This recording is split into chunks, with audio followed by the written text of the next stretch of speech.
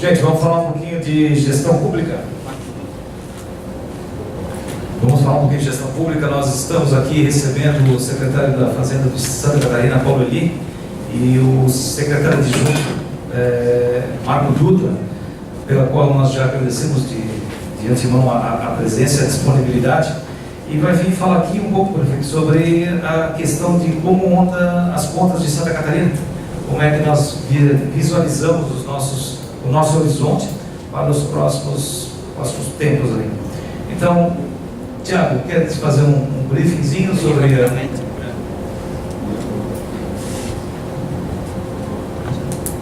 Boa noite.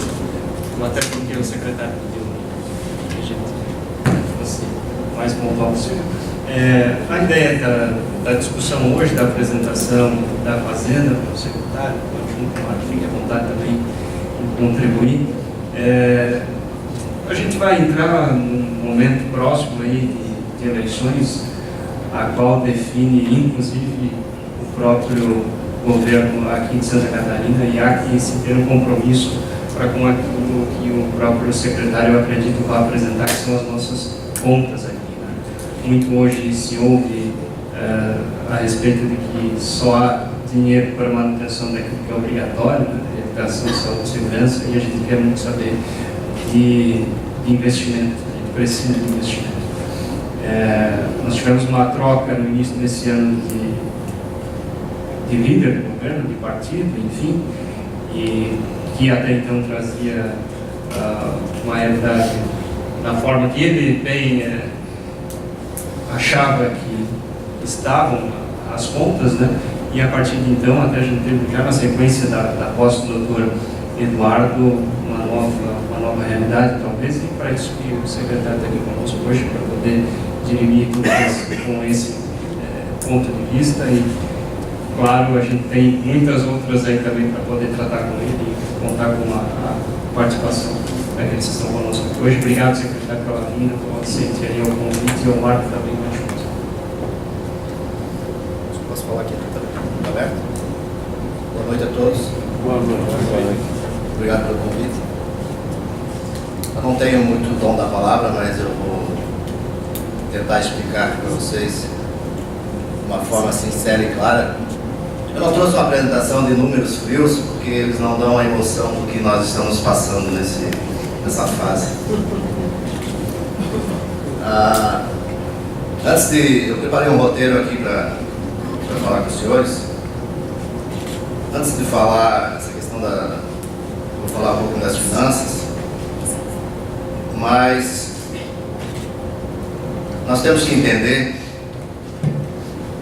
que em 2010 eu fui secretário da administração do Estado. Nós deixamos o Estado com 2 bilhões em caixa, com a folha 38%, e agora eu pego o Estado de volta com 49,73% da folha e sem reserva nenhuma. Aí você tem que entender o que aconteceu de 2010 até 2018.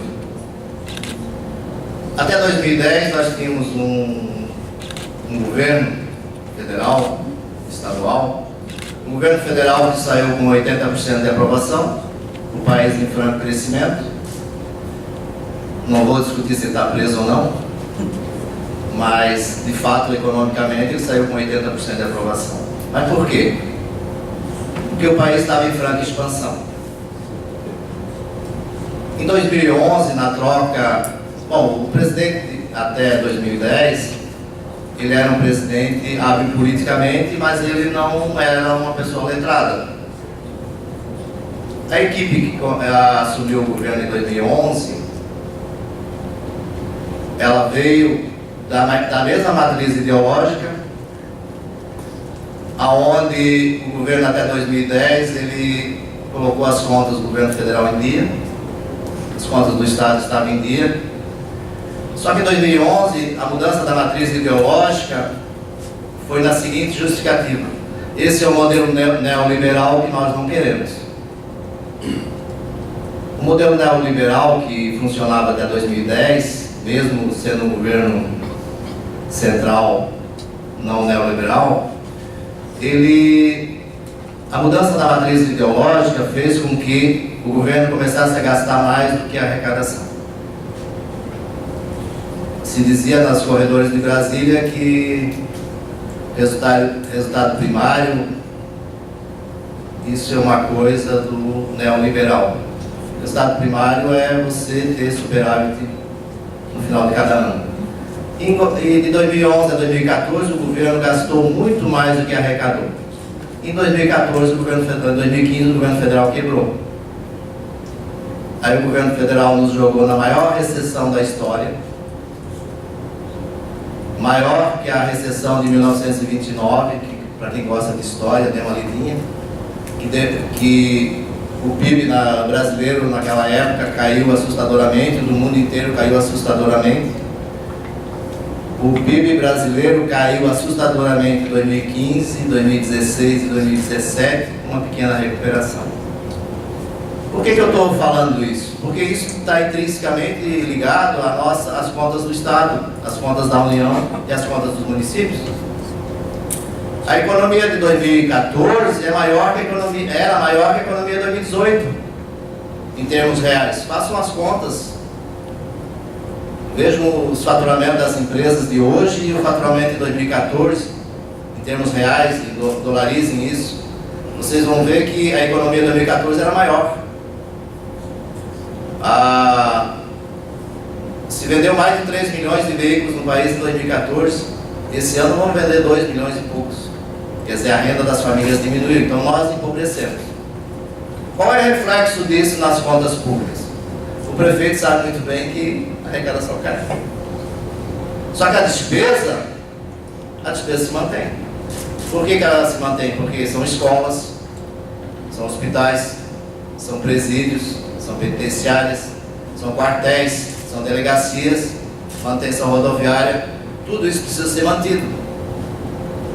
Então a arrecadação do Estado começou a cair em 2015, 2016, 2017 começou a ter uma recuperação. Então hoje o que nós temos? Vamos dizer, o Estado está quebrado? Não, o Estado não está quebrado, ele está passando por dificuldades momentâneas em função da crise econômica.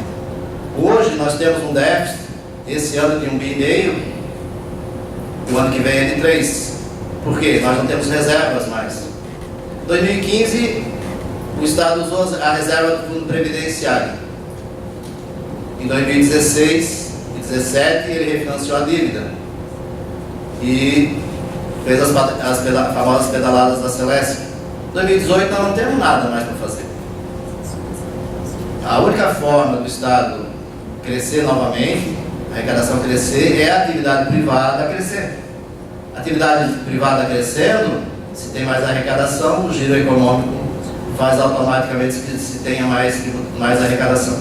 Então a situação do Estado é essa. O Estado está com dificuldades financeiras.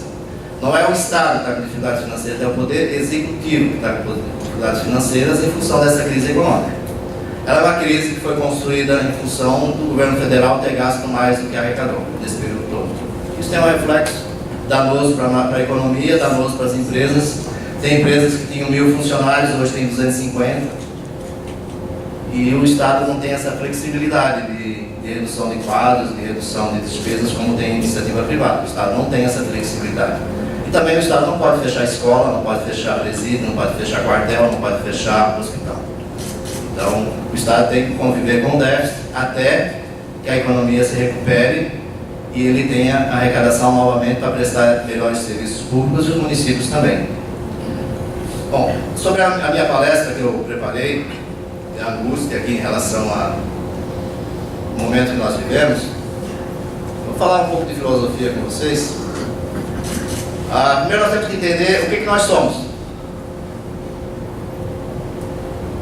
Nós somos uma república federativa, um pacto federativo que funciona basicamente no papel. Nós temos um centralismo político e tributário em Brasília, que é um modelo que funciona de 700 a.C. com Roma. Roma se manteve 1000 anos com base no quê? Poder político e tributário, um vasto império. Depois nós tivemos Lisboa com o seu vasto império colonial, que o Brasil se separou em 1822, mas Portugal, Lisboa, manteve um vasto império colonial na África até 1970, com as guerras de Angola e Moçambique. Isso é um modelo.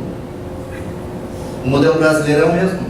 Ele apenas foi transportado para o Brasil, onde Brasília, primeiro Rio de Janeiro, então de 1822 até hoje, no Rio de Janeiro e Brasília, a capital do Império Brasileiro, como é que se mantém?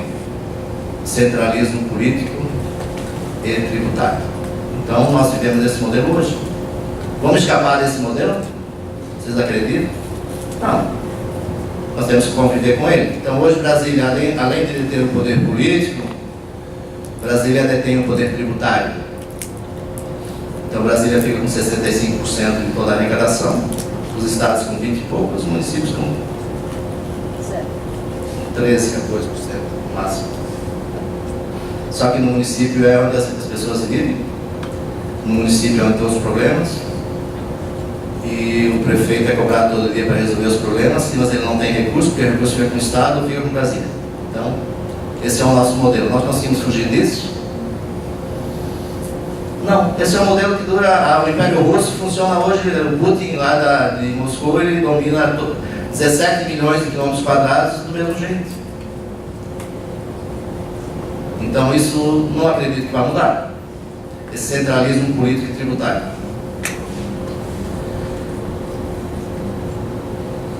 Como é que Brasília nos trata? Eu vou a Brasília desde 1980, quando eu era funcionário da Escola Técnica Federal, eu fazia o orçamento dessa autarquia. Brasília nos trata como subordinados. Apesar da Constituição dizer que o Estado é um ente federado e o município, a Constituição de 88, também é um ente federado. Nós temos competências concorrentes e competências exclusivas, mas Brasília nos trata como subordinados. O centralismo político faz com que o Estado fique engessado, o município fique engessado. Aí nós temos a lei de responsabilidade fiscal, tudo construído em Brasília, no modelo de Brasília. Para aprovar um financiamento, você tem que ter uma certidão negativa, como se isso fosse tão relevante, mas foi colocado na legislação e você tem que cumprir. Esse centralismo político e tributário, ele é derivado da nossa elite política, que a nossa elite ainda é uma elite escravocrata, depois dos coronéis, e o corporativismo das classes dos servidores. Então, a própria questão política está muito vinculada a essa questão da elite. Se vocês olharem os dois estados que dominam a elite política brasileira, Alagoas e o Maranhão, eles basicamente dominam o país em cima disso. Quantos anos esses coronéis comandam o país? E a gente fica até sem esperança em função disso. Né? O modelo econômico brasileiro era um pouquinho diferente de Santa Catarina, mas ele é um modelo econômico agrário que, com base na monocultura, que se industrializou em cima da substituição das importações num regime econômico fechado. Então todo o nosso sistema tributário foi construído em cima desse modelo. Aí vem o Collor em 1990, abre o país para a globalização sem fazer reforma tributária. Qual é a consequência?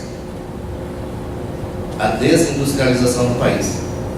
Porque a indústria nacional estava protegida no manto, era proibido importar muitos produtos, ela simplesmente, uma abertura abrupta, sem planejamento, fez com que praticamente grandes fábricas que nós conhecemos fecharam as portas. Se a gente for ali na região de Brusque, vocês vão ver que todas aquelas fábricas ali foram fechadas em função da globalização.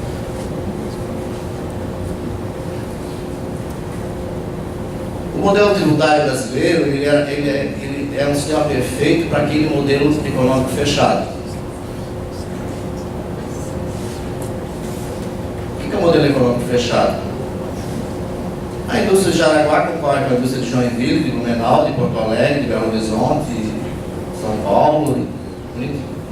Hoje a indústria de Jaraguá concorre com o resto do mundo.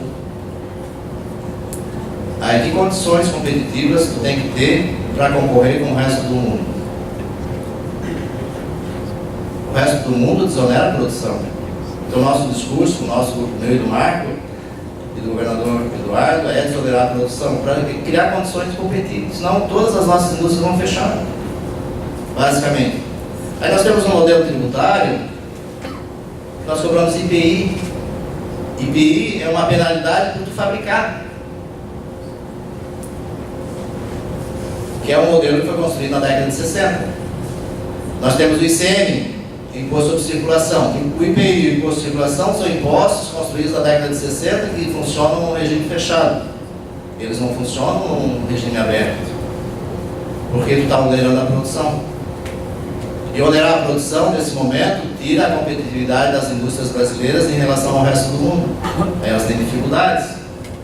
A produção industrial brasileira decresceu 20% nos últimos 10 anos, em volume físico, porque simplesmente o nosso modelo tributário ele é inadequado no mundo globalizado. No mundo globalizado se cobra impostos sobre a propriedade, o consumo e a renda, não sobre a produção. Então, esse é o mal brasileiro. Nós tivemos abertura econômica sem fazer reforma tributária. Então, sem uma reforma tributária, eu acho que o ano que vem deve sair a previdenciária, mas sem a reforma tributária o país não vai crescer. Meu sonho é o país crescer 2 dígitos, porque aí nós colocamos toda uma população no centro de consumo. Para vocês imaginarem, nós temos 40 milhões de pessoas que vivem com Bolsa Família no país hoje. Vamos botar 4 pessoas por família, são 10 mil famílias, 10 milhões de famílias. São 10 milhões de casas, são 10 milhões de geladeiras, são 10 milhões de televisões, são 10 milhões de chuveiro, 10 milhões de banheiro, 10 milhões de tudo que vocês imaginarem. São 40 milhões de pessoas que estão fora da margem de consumo. Se o país crescer e colocar essas pessoas no mundo de consumo, quantas indústrias nacionais vão vender? Então, assim, o modelo de crescimento econômico é a única solução para nós. Mas nós só vamos chegar nisso se nós fizermos a reforma tributária e a reforma previdenciária. As reformas tributárias que estão no Congresso não são adequadas para o modelo atual. Elas continuam cobrando imposto na fase da produção. Então, isso, os representantes que os senhores elegerem para o Parlamento, agora em outubro, pensem muito bem nisso. Tem que fazer reforma tributária com a desoneração da produção, senão o país não vai crescer. Esse é um ponto muito relevante que tem que ser muito bem pensado. E a reforma tributária ela tem que ser condizente com o mundo globalizado. Não tem... Esse é o ponto principal da minha conversa com os senhores, é a reforma tributária, porque sem ela, o país não tem saída. Hoje o empresário é punido por contratar um empregado. Se ele industrializa, ele é punido, tem que pagar o IPI, porque para industrializar você tem que pagar um tributo, quer dizer, é um desincentivo para você fazer uma série de coisas, então isso tem que mudar. Quanto a Santa Catarina agora. Qual é o perfil econômico de Santa Catarina? Santa Catarina tem 7 milhões de habitantes. Esse ano, deve terminar o ano com 7,100. Porque a nossa taxa de crescimento é 1,36, mas a diferença entre nascimentos e as pessoas que morrem, falecem, mas a maior parte é em relação à migração. Então o Estado é um grande atrativo de imigração, então o nosso crescimento é de 100 mil pessoas por ano. São 100 mil pessoas a mais para o nosso sistema de saúde, educação e assim por diante. Qual é o perfil econômico dessa população? Santa Catarina tem a 3ª maior renda de família do país. Só perdemos para São Paulo e Brasília. Qual é o perfil? 5 milhões de catarinenses vivem em famílias onde a renda familiar é R$ 1.903. R$ R$ 1.913 é a faixa de isenção de imposto de renda. Então nós temos 5 milhões de pessoas que vivem em famílias que não pagam imposto de renda. Mas elas não pagam porque não querem, elas não pagam porque não têm renda. Então o nosso problema brasileiro é de pobreza. Desses 2 milhões que sobram, eles ganham mais de R$ 1.903. Mas menos de 1% ganha acima de R$ 10.000. Então, e desses 5 milhões, dos 7 milhões de habitantes que o Estado tem, 1,5 milhão tem plano de saúde. 5 milhões e meio não tem plano de saúde. São os que usam todo o nosso sistema de saúde. Aí vocês imaginem que 5 milhões de pessoas vivendo em famílias que ganham até R$ 1.903, que têm a sua capacidade contributiva exaurida, porque paga ICMS, IPI, PIS, COFINS sobre todos os seus produtos que consomem, são super tributados, não pagam imposto de renda porque não tem renda, mas eles usam todos os nossos sistemas públicos de saúde, de educação, de segurança e tal. A renda que o Estado cobra de ICMS dessas famílias que usam esse serviço é insuficiente para cobrir o serviço. Então nós temos aqui uma conta. Nós oferecemos um serviço de graça que aquelas famílias que o usam não pagam tributos suficientes para manter o serviço. Porque basicamente as pessoas não têm renda. Então esse é o... Agora vocês imaginem um estado, os estados do Norte e Nordeste, onde 90% da população vive em famílias que ganham um salário mínimo. Pega um estado como Maranhão, por exemplo. 90% da população do Maranhão, que é a população igual a Santa Catarina, vive em famílias que ganham menos de um salário mínimo. Então são pessoas que vivem em extrema pobreza. Pessoas que vivem em extrema pobreza é um potencial de consumo se nós conseguirmos crescer.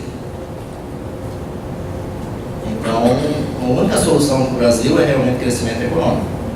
Porque nós temos um potencial de consumo latente muito elevado. O Poder Executivo, como eu falei para vocês, ele realmente está com dificuldades financeiras em função dessa conta que não fecha. Porque nós temos 5 milhões e meio de pessoas que usam o SUS. Mas a arrecadação de tributos em cima das pessoas que usam o SUS é insuficiente para pagar o serviço do SUS.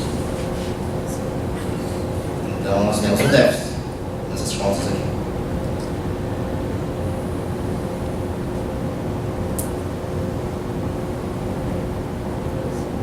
A queda real de receita e o aumento dos custos, eu já falei. O grande problema nosso hoje, por exemplo, em relação ao Estado, é o déficit previdenciário.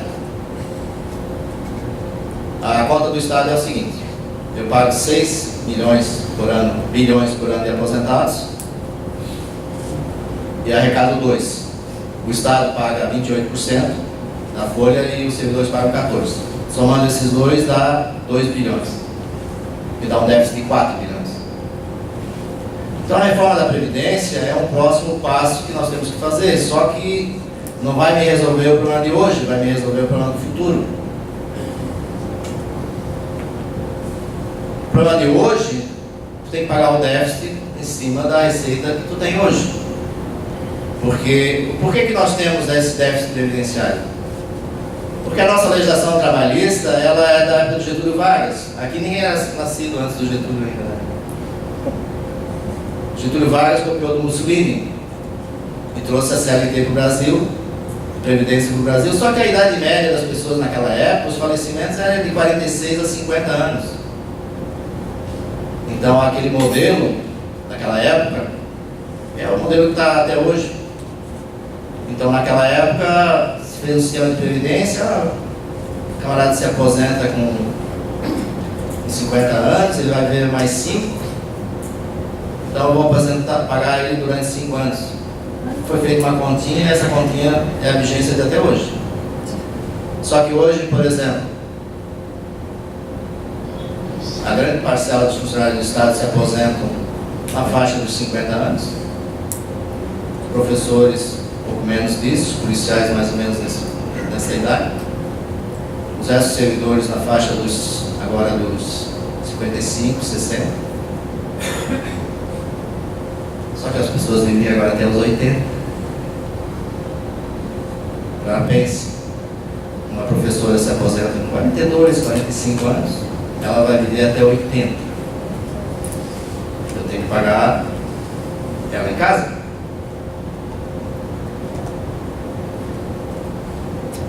Por quê? A época que foi feita essa legislação, a expectativa de vida era 46, 50 anos. Então a reforma da Previdência é a que está madura para sair agora. Se ela não sair, aí nós vamos complicar mais, vai ficar mais complicado ainda no futuro. Então basicamente era essa a minha exposição para os senhores, e aí estou aberto às perguntas. Né?